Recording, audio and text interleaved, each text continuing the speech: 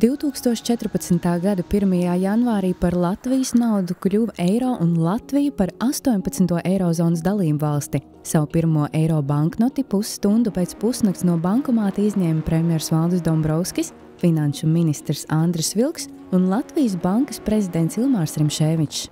Tagad mēs varam šo nākamo loģisko soli, kļūstot par Eiropas Savienības vienotās valūtas eiro dalību valsti, kļūstot par pasaules otrās lielākās valūtas dalību valsti, kur lieto 320 miljonu cilvēku no Somijas ziemeļiem līdz Francijas aizjūras reģioniem Karību jūras salās. Tieši vismīļākie, vissirsnīgākie mūsu neatkarības simboli rotās eiro un turpinās nest mūsu vērtības tālāk pasaulē.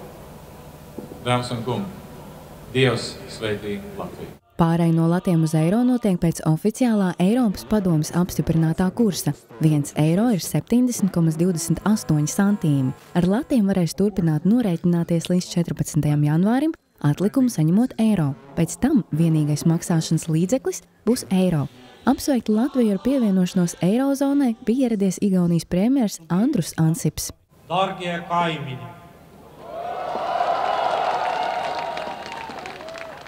Jaunais gads ir nojaucis valūtas morī starp mums.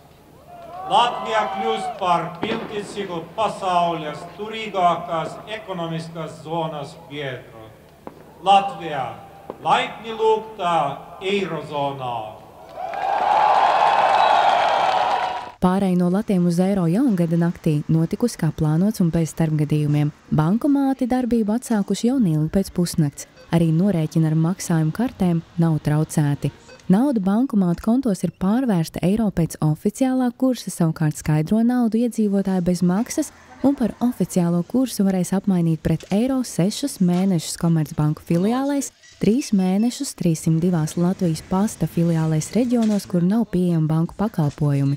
Latvijas bankā latus pret eiro varēs mainīt mūžīgi.